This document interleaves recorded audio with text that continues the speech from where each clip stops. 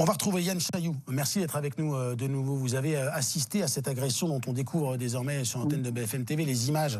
À quel moment vous arrivez? Qu'est-ce que vous voyez? Alors moi j'étais à une centaine de mètres, j'étais en train de promener mon chien et j'ai vu ce qui ressemblait à une altercation entre automobilistes. Il y avait beaucoup de voitures arrêtées qui klaxonnaient et en arrivant un peu plus prudemment, mais en arrivant un peu plus proche du lieu de l'agression, à ce moment-là, je vois qu'on a effectivement un commerçant qui s'interpose entre les deux. Le rabbin essaie de se défendre. Je pense qu'il a été très très courageux, alors que son fils était à côté. Et en arrivant, voilà, j'ai vu effectivement ce chapeau, cet agresseur mettre un coup de pied dans le chapeau. Et donc là, moi, j'ai compris à ce moment-là, j'ai reconnu le rabbin que j'ai déjà pu croiser à des cérémonies commémoratives.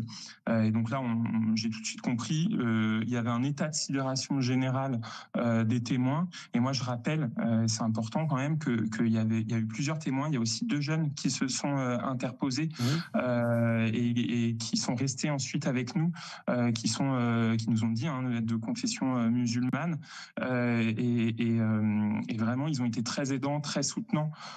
Tous les témoins qui se sont arrêtés ont été soutenants. On est resté avec le rabbin, on a attendu que la police intervienne. Il est intervenu assez rapidement, mais on a quand même un peu attendu et on a eu le temps d'échanger, de discuter. Donc il y a eu une petite lueur d'espoir quand même avec ce moment de fraternité.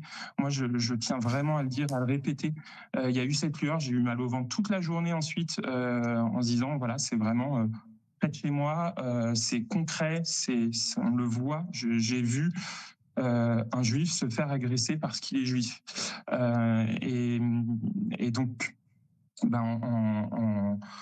en voyant ça, on ne peut que s'indigner et en même temps, voilà, il y a quand même des lueurs d'espoir à avoir. Donc moi, j'y ai pensé toute la journée. Je me suis dit quand même, il y a ce moment de fraternité qu'il faut que je garde en mémoire, parce que même je pense que le rabbin qui était vraiment en état de choc et de sidération, j'espère aussi qu'il se souviendra de ça et que la France, c'est aussi ce moment de fraternité quand il y a une agression. Les valeurs de la République, elles doivent prendre le dessus.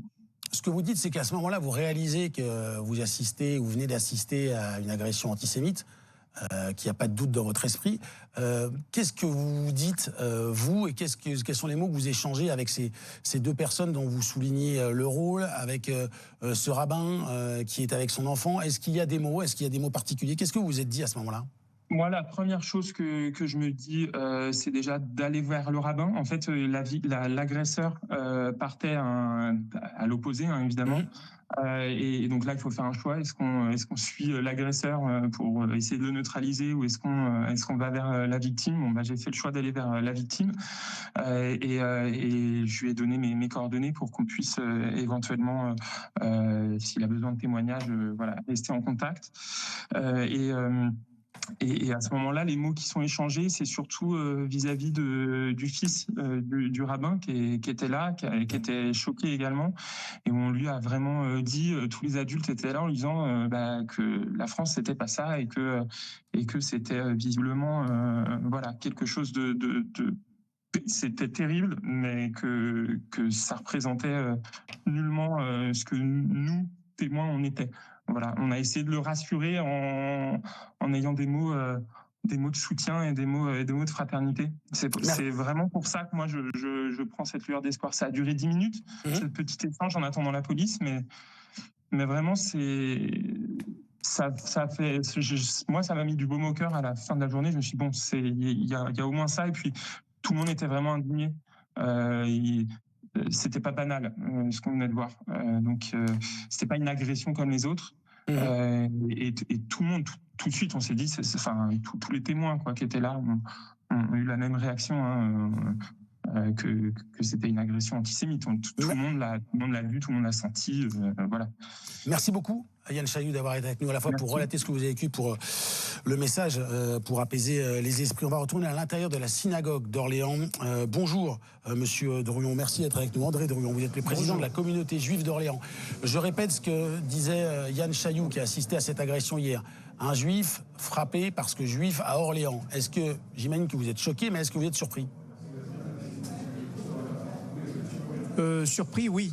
Oui, nous sommes surpris parce que la communauté juive d'Orléans, aujourd'hui, jusqu'à aujourd'hui et depuis le 7 octobre, a vécu des moments, je dirais, relativement paisibles, sans agression, sans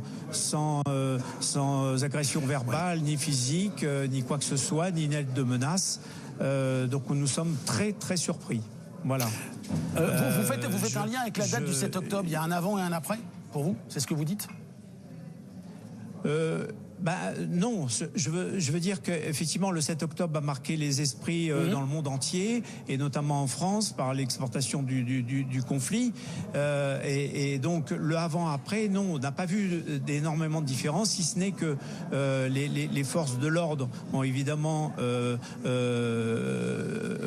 comment dire, nous ont sécurisés depuis et nous vivons, nous bougeons, nous faisons nos activités que en présence de la police depuis ce temps-là, de manière comment dire régulière. Voilà, donc, mais ceci dit, nous n'avons jamais été les victimes de quelconque agression directe de la communauté juive d'Orléans.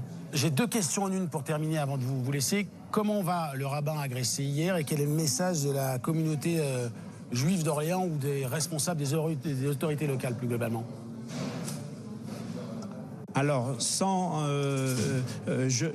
l'ai eu hier soir au téléphone après son agression. Alors, bon, il a été évidemment choqué. Bon, il a eu quelques coups, mais c'était surtout un choc psychologique. Et notamment, il a eu peur avec la présence de son fils de 9 ans qui a assisté à toute l'agression. Et qui lui-même était particulièrement choqué, parce que l'on peut comprendre d'un point de vue humain.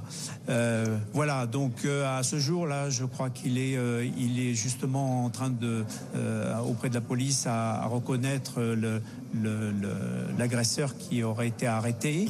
Voilà. Donc le message de la communauté, c'est que on dénonce évidemment tous ces actes antisémites, haineux, de violence extrême, et qu'on ne comprend pas parce que c'est quelqu'un qui avec toute la communauté avons des liens auprès de toutes les associations, qu'elles soient religieuses, apolitiques, l'amitié judéo-chrétienne, la LICRA, les autorités religieuses, les autorités municipales et de police et même les associations musulmanes avec qui on a de bonnes relations. Donc on est d'autant plus choqué qu'on est passé du simple graffiti, parce que c'était ce qu'il y avait à Orléans, à une agression très violente.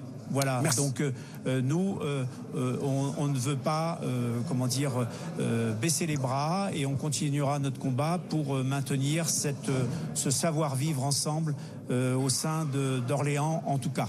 Voilà, c'est notre message. Merci beaucoup André Druon d'avoir été avec nous. Je vous laisse évidemment retrouver les participants à cette réunion qui était déjà prévue au sein de la synagogue d'Orléans.